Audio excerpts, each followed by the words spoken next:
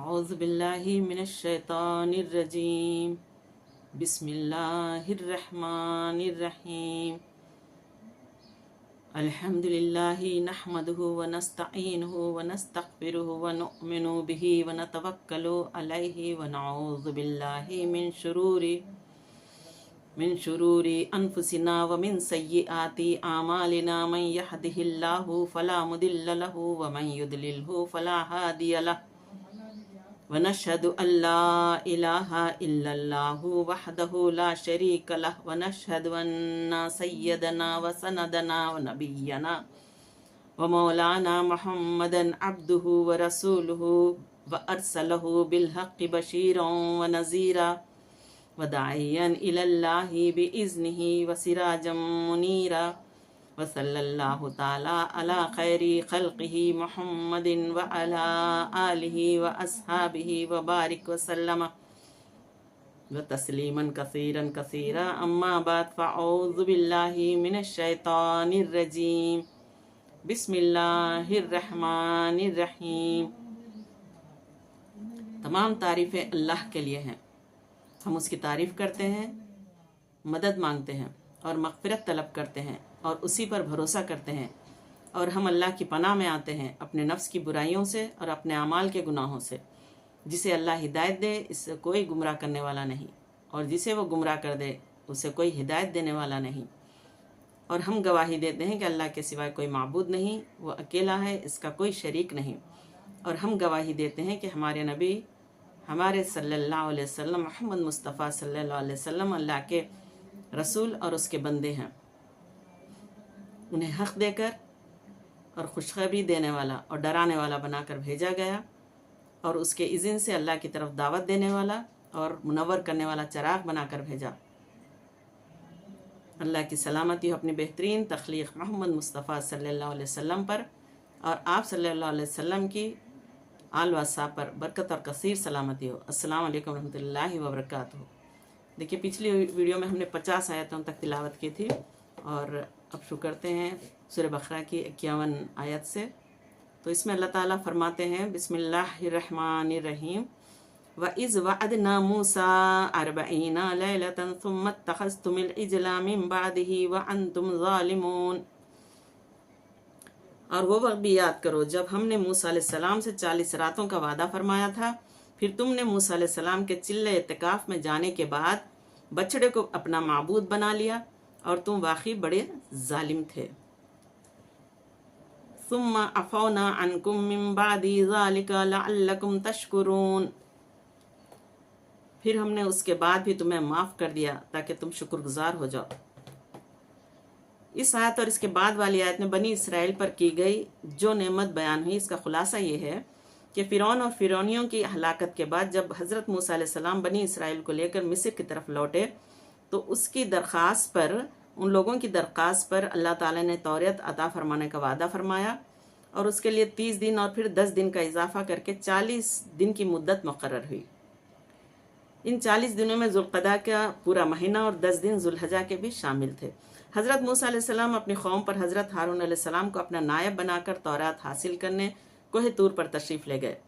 40 دن رات وہاں ٹھہرے رہے اور اس عرصے میں کسی سے بات چیت نہ کی۔ اللہ تعالیٰ نے تختیوں پر تحریری صورت میں آپ علیہ السلام کو توریت عطا فرمائی۔ ادھر دوسری طرف سامری نے جوہرات سے مزین سونے کا ایک بچڑا بنا کر اپنی قوم سے کہا کہ یہ تمہارا معبود ہے۔ وہ لوگ 1 مہینے تک حضرت موسیٰ علیہ السلام کا انتظار کرنے کے بعد سامری کے بہکانے سے بچڑے کی پوجا کرنے لگ گئے۔ ان پوجا کرنے والوں میں تمام بنی اسرائیل شامل تھے، صرف حضرت ہارون علیہ السلام اور آپ کے 12,000 ساتھی شرک سے محفوظ رہے، یعنی دور رہے۔ جب حضرت موسیٰ علیہ السلام واپس تشریف لائے تو قوم کی حالت دے کر انہیں تنبیہ کی اور انہیں ان کے گناہ کا کفارہ بتایا۔ چنانچہ جب انہوں نے حضرت موسیٰ علیہ السلام کے بتائے ہوئے طریقے کے مطابق توبہ کی تو اللہ تعالیٰ نے انہیں معاف کر دیا۔ وَإِذْ آتَيْنَا مُوسَى الْكِتَابَ وَالْفُرْقَانَ لَعَلَّكُمْ تَهْتَدُونَ۔ اور جب ہم نے موسیٰ علیہ السلام کو کتاب اور حق و باطل میں فرق کرنے والا معجزہ عطا کیا تاکہ تم راہ ہدایت پا جاؤ۔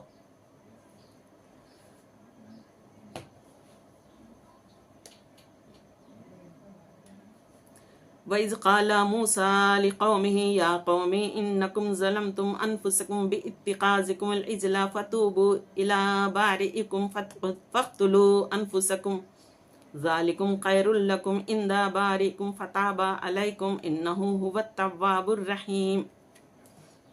اور جب موسیٰ علیہ السلام نے اپنی قوم سے کہا، اے میری قوم، بے شک تم نے بچھڑے کو اپنا معبود بنا کر اپنی جانوں پر بڑا ظلم کیا ہے، تو اب اپنے پیدا فرمانے والے حقیقی رب کی طرف رجوع لاؤ اور توبہ کرو، بس آپس میں ایک دوسرے کو قتل کر ڈالو، یہی یہ عمل تمہارے لیے تمہارے خالق کے نزدیک بہترین توبہ ہے۔ پھر اس نے تمہاری توبہ قبول فرما لی، یقیناً وہ بڑا ہی توبہ قبول فرمانے والا مہربان ہے۔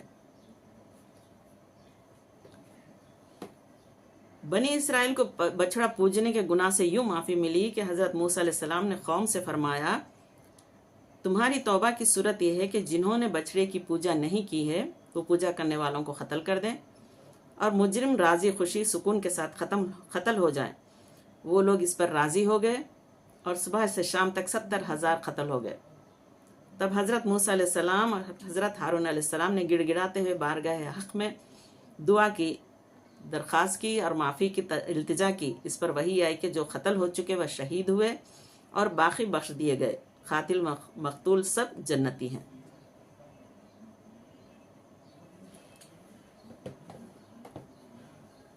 وَإِذْ قُلْتُمْ يَا مُوسَىٰ لَن نُّؤْمِنَ لَكَ حَتَّىٰ نَرَى اللَّهَ جَهْرَةً فَأَخَذَتْكُمُ الصَّاعِقَةُ وَأَنتُمْ تَنظُرُونَ، اور جب تم نے کہا، اے موسیٰ، ہم آپ پر ہرگز ایمان نہ لائیں گے یہاں تک کہ ہم اللہ کو آنکھوں کے سامنے بالکل آشکارا نہ دیکھ لیں، بس اس پر تمہیں کڑک نے آ لیا جو تمہاری موت کا باعث بن گئی، اور تم خود یہ منظر دیکھتے رہے۔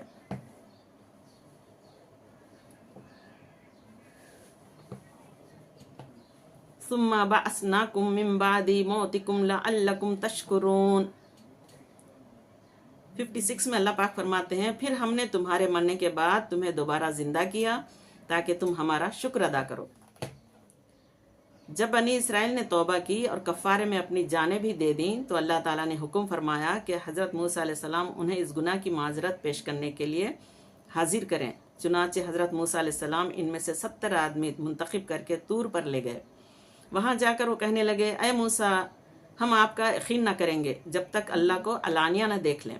اس پر آسمان سے ایک ہولناک آواز آئی، اس کی ہیبت سے وہ سب مر گئے۔ حضرت موسیٰ علیہ السلام نے گڑ گڑا کر بارگاہ الہ میں عرض کی کہ میں بنی اسرائیل کو کیا جواب دوں گا؟ اس پر اللہ تعالیٰ نے ان 70,000 افراد کو دوبارہ زندہ فرما دیا۔ وَظَلَّلْنَا عَلَيْكُمُ الْغَمَامَ وَأَنزَلْنَا عَلَيْكُمُ الْمَنَّ وَالسَّلْوَىٰ كُلُوا مِن طَيِّبَاتِ مَا رَزَقْنَاكُمْ وَمَا ظَلَمُونَا وَلَٰكِن كَانُوا أَنفُسَهُمْ يَظْلِمُونَ۔ اور یاد کرو جب ہم نے تم پر وادی طیٰ میں بادل کا سایہ کیے رکھا اور ہم نے تم پر من و سلوہ اتارا کہ تم ہماری عطا کی ہوئی پاکیزہ چیزوں میں سے کھاؤ، سو انہوں نے نافرمانی اور ناشکری کر کے ہمارا کچھ نہیں بگاڑا مگر اپنی ہی جانوں پر ظلم کرتے تھے۔ فرعون کے غرق ہونے کے بعد بنی اسرائیل دوبارہ مصر میں آباد ہو گئے۔ کچھ عرصے بعد حضرت موسیٰ علیہ السلام نے انہیں حکم الہی سنایا کہ ملک شام حضرت ابراہیم علیہ السلام اور ان کی اولاد کا مدفن ہے اور اسی میں بیت المقدس ہے، اسے عمالقہ قبیلے سے آزاد کرانے کے لیے جہاد کرو اور مصر چھوڑ کر وہیں وطن بناؤ۔ مصر کا چھوڑنا بنی اسرائیل کے لیے بڑا تکلیف دہ تھا۔ شروع میں تو انہوں نے ٹال مٹول کی، لیکن جب مجبور ہو کر حضرت موسیٰ علیہ السلام اور حضرت ہارون علیہ السلام کی میت میں یعنی ان کی سنگت میں روانہ ہونا ہی پڑا تو راستے میں جو کوئی سختی اور دشواری پیش آتی تو حضرت موسیٰ علیہ السلام سے شکایتیں کرنے لگ جاتے۔ جب اس صحرا میں پہنچے جہاں نہ سبزہ تھا نہ سایہ اور نہ غلہ، تو وہاں پہنچ کر حضرت موسیٰ علیہ السلام سے دھوپ کی، گرمی کی اور بھوک کی شکایت کرنے لگ گئے۔ حضرت موسیٰ علیہ السلام نے دعا فرمائی اور اللہ تعالیٰ نے اس دعا کی برکت سے ایک سفید بادل کو ان پر سائبان بنا دیا جو رات دن ان کے ساتھ چلتا اور ان پر ایک نوری ستون نازل فرمایا جو کہ آسمان کی جانب سے ان کے قریب ہو گیا اور ان کے ساتھ چلتا، اور جب رات کے وقت چاند کی روشنی نہ ہوتی تو وہ ان کے لیے چاند کی طرح روشن ہو جاتا۔ ان کے کپڑے میلے اور پرانے نہ ہوتے، ناخن اور بال نہ بڑھتے تھے۔ وَأَنزَلْنَا عَلَيْكُمُ الْمَنَّ وَالسَّلْوَىٰ، اور تم پر من اور سلوہ اتارا۔ اس صحرا میں حضرت موسیٰ علیہ السلام کی برکت سے ان کے کھانے کا انتظام یوں ہوا کہ انہیں من و سلوہ ملنا شروع ہو گیا۔ من و سلوہ کے بارے میں مختلف مفسرین کے مختلف اقوال ہیں، جیسے کہ یہ ایک میٹھی چیز تھی اور ایک بھنا ہوا پرندہ تھا۔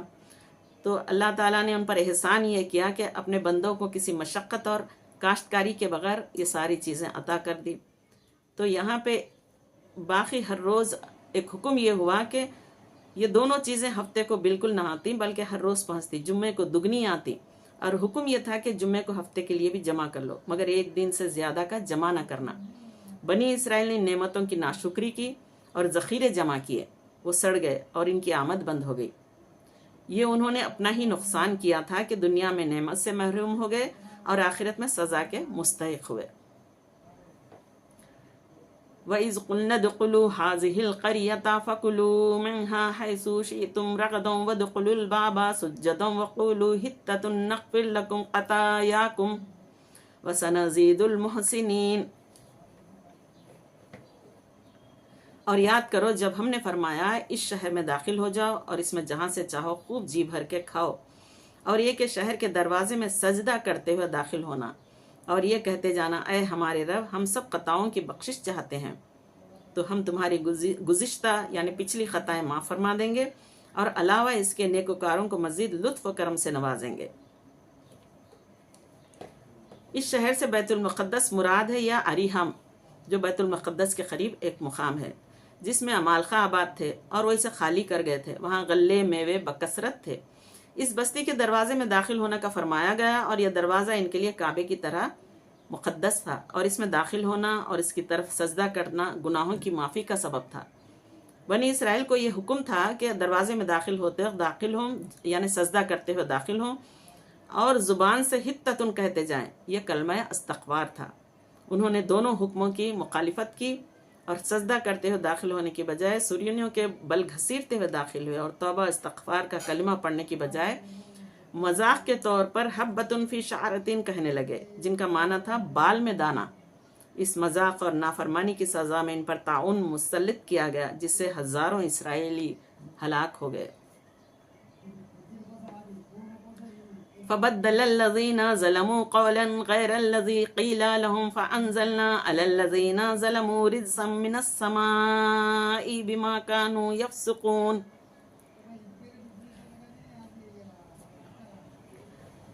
اور وہ وقت بھی یاد کرو جب موسیٰ علیہ السلام نے اپنی قوم کے لیے پانی مانگا،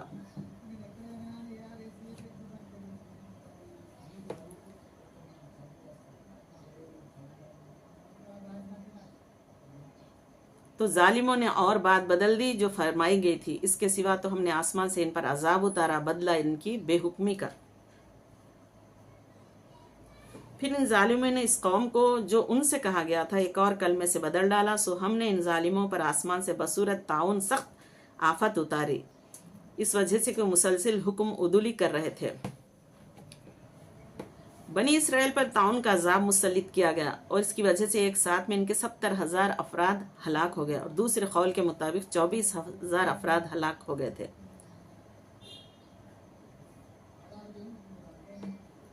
وَإِذِ اسْتَسْقَىٰ مُوسَىٰ لِقَوْمِهِ فَقُلْنَا اضْرِبْ بِعَصَاكَ الْحَجَرَ فَانْفَجَرَتْ مِنْهُ اثْنَتَا عَشْرَةَ عَيْنًا قَدْ عَلِمَ كُلُّ أُنَاسٍ مَّشْرَبَهُمْ كُلُوا وَاشْرَبُوا مِن رِّزْقِ اللَّهِ وَلَا تَعْثَوْا فِي الْأَرْضِ مُفْسِدِينَ۔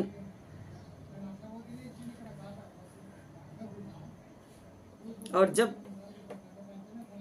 موسیٰ علیہ السلام نے اپنی قوم کے لیے پانی مانگا تو ہم نے فرمایا اپنا عصا اس پتھر پر مارو، پھر اس پتھر سے 12 چشمے پھوٹ پڑے۔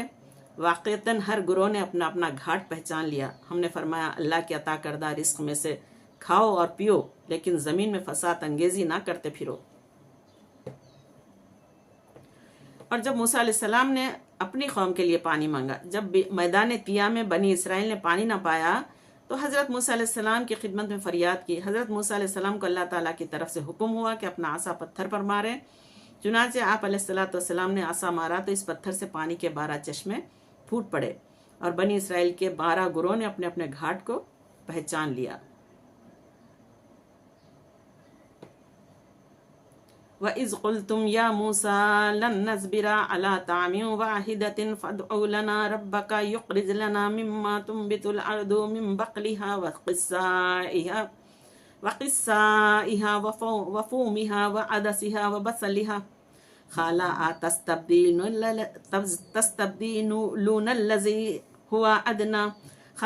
أَتَسْتَبْدِلُونَ الَّذِي هُوَ أَدْنَىٰ بِالَّذِي هُوَ خَيْرٌ اهبطوا مصر فإن لكم ما سألتم وضربت عليهم الذلة والمسكنة وباءوا بغضب من الله ذلك بأنهم كانوا يكفرون بآيات الله ويقتلون النبيين بغير الحق ذلك بما عصوا وكانوا يعتدون. اور جب تم نے کہا اے موسیٰ ہم فقط ایک کھانے یعنی من و سلوا پر ہرگز صبر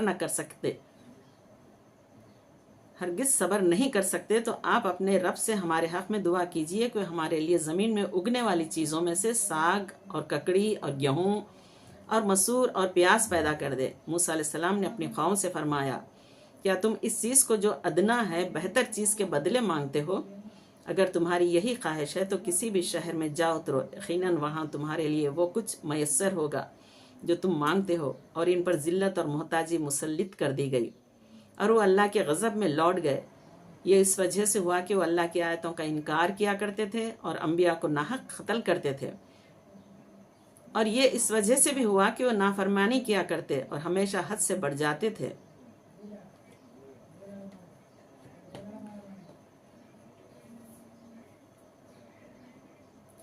یہاں بنی اسرائیل نے حضرت موسیٰ علیہ السلام سے مطالبہ کیا کہ ہم ایک ہی قسم کے کھانے یا من سلوا پر صبر نہیں کر سکتے.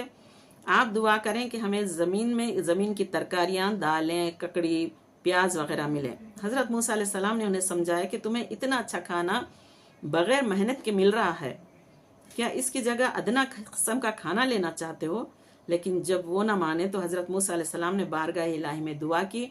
اس پر حکم ہوا کہ اے بنی اسرائیل اگر تمہارا یہی مطالبہ ہے تو پھر مصر جاؤ، وہاں تمہیں وہ چیزیں ملیں گی جن کا تم مطالبہ کر رہے ہو. مصر سے مراد یا تو ملک مصر ہے یا مطلقاً کوئی بھی شہر ہے. یعنی یہودیوں پر ان کے گھٹیا کردار کی وجہ سے ذلت و غربت مسلط کر دی گئی.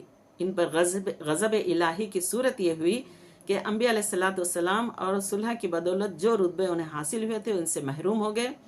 اس غضب کا باعث صرف یہی نہیں تھا کہ انہوں نے آسمانی غذاؤں کے بدلے زمینی پیداوار کی خواہش کی یا حضرت موسیٰ علیہ السلام کے زمانے میں اسی طرح کی اور خطائیں کی، بلکہ عہد نبوت سے دور ہونے اور زمانہ دراز گزرنے سے ان کی دینی صلاحیتیں باطل ہو گئیں. اللہ تعالیٰ کی آیتوں کے ساتھ کفر کا راستہ اختیار کیا.